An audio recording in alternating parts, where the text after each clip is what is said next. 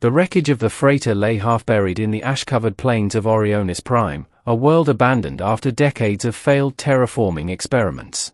I had hoped it would be the perfect hiding place, a place no one would ever think to search. The hull was twisted and jagged, like a metal skeleton clinging desperately to the ground. Smoke still rose from ruptured conduits, and the faint stench of burnt fuel lingered in the thick, acrid air. Inside, the corridors were dark, claustrophobic, and littered with shards of broken equipment. For a week, I had been living in this wreck, scavenging scraps and rationing the last of my oxygen cartridges. I didn't want company. I didn't want trouble. I didn't want to be found. But then I heard it, soft, uneven footsteps, too small to belong to any adult I'd ever known. At first, I froze, heart hammering. I pressed myself against the curved wall of the freighter's cargo bay, listening. There was no fear in the sound, just curiosity. And then I saw her. A small figure crawled through a breach in the hull, limping slightly, her movements hesitant. Her skin shimmered faintly under the flickering emergency lights, a pale silver blue, with bioluminescent veins glowing faintly along her arms and legs. Her eyes, violet, wide, and unblinking, met mine as she stepped fully into the wreck. I swallowed hard. What are you? The child tilted her head. She was clearly young, no more than 6 Earth years, but there was an intelligence in her gaze that went far beyond her size. She spoke in a soft, melodic tone I didn't understand. Her voice carried the musical resonance of the Virex line, the alien royal family I had only heard about in whispers. She was the daughter of a princess. My breath caught. I had heard rumors of the princess's child, hidden during the last war, never seen by outsiders. And here she was, in this dying freighter, looking at me like I was her last hope. I stepped forward cautiously. You're safe here. But you can't stay long. There are people looking for you. She tilted her head again, studying me, then crawled closer, unafraid. She didn't cry. She didn't scream. She only reached out, tiny hands brushing my arm as if testing my intentions. In that moment, I realized something terrifying. I was no longer hiding alone. The first night was tense. I had barricaded the main entrance with scrap panels, rigged up a makeshift alarm using old sensors, and placed emergency flares in case of an ambush. The child curled up in the corner, her bioluminescence dimming as she fell asleep. I watched her, mind racing. If the princess's enemies found her, they wouldn't hesitate. The Xylarian coalition had been hunting her ever since the fall of her mother's court. If she fell into their hands, it would ignite a war no one on Orionis Prime could survive. By morning, the child was awake. She didn't speak in words I understood, but her gestures were deliberate. She pointed toward a damaged communications array I had been tinkering with for weeks. You want me to fix it? I asked, surprised. She nodded, eyes sparkling. I had to suppress a laugh. Of all the humans and aliens I had met, only the children of the Virex line had the audacity to silently command an adult with a look. I set to work, carefully repairing the delicate circuits, while she watched closely. Minutes stretched into hours. Eventually, I succeeded in bringing the system online. The child's eyes widened, and she pressed a tiny hand against the screen. A faint holographic display flickered to life, revealing planetary coordinates, maps of hidden paths, safe zones, and secret outposts. You're scouting, I whispered, astonished. She nodded again. Then she pointed at me, clearly indicating that I was to follow her instructions. I sighed.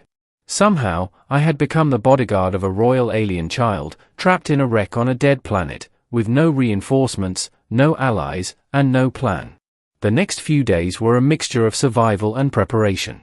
She taught me, in her way, to use alien devices I barely understood. A small weapon she carried, designed for a child, yet incredibly lethal in capable hands, was demonstrated with startling precision. Every night, we shared silence, the kind that forms unspoken trust. I realized something essential: she wasn't just a child. She was dangerous, intelligent, and fearless, the living embodiment of her mother's legacy. The first real threat came at night. Sensors picked up movement outside the freighter. Shadows flitted between the jagged metal of nearby wrecks. I whispered, "Stay back," but she only crawled closer, eyes fixed on the breach. Then the enemy arrived. The Xylarian patrol, armed and deadly, had tracked the signal I had inadvertently activated with the repaired comm array. Plasma bolts tore through the hull, sparks flying, as the child shrieked, not in fear, but to alert me. I grabbed my blaster and fired back, diving behind debris. The child, surprisingly, darted between crates, taking cover but never hesitating. I realized then that she had already assessed the battlefield, predicting moves I couldn't. Hours passed in a blur of gunfire, smoke, and metal groaning under pressure. Just when I thought we would be overrun, she did something incredible. Using a small, alien device I hadn't fully understood, she sent out a pulse, a wave of energy that disabled the patrol's weapons temporarily.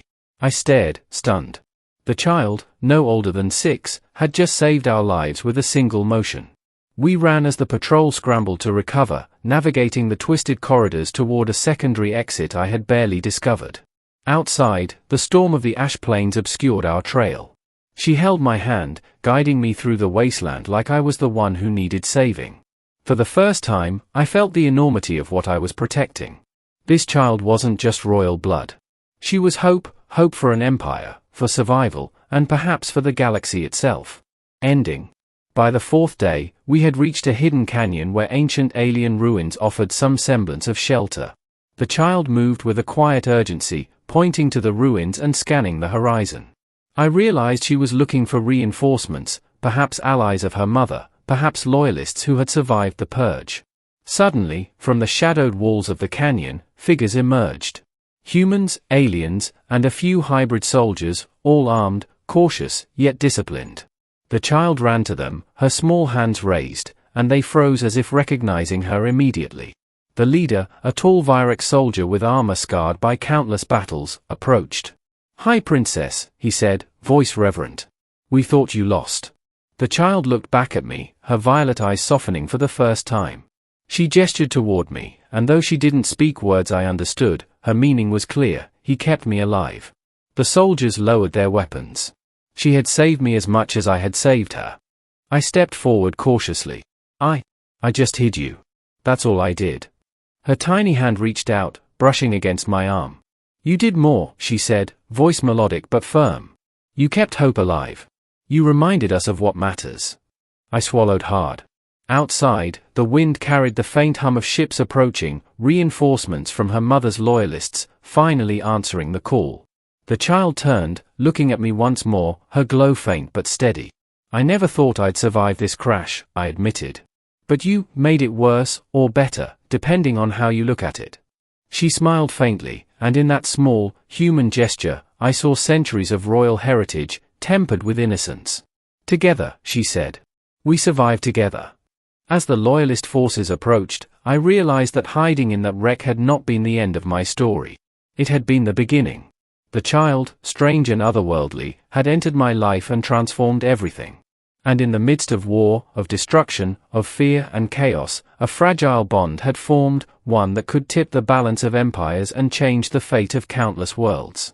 The first rays of the twin suns of Orionis Prime touched the canyon walls, illuminating the child's silver-blue skin, her glowing veins, and her determined eyes. She had found me. I had found her. And together, we would survive the war yet to come.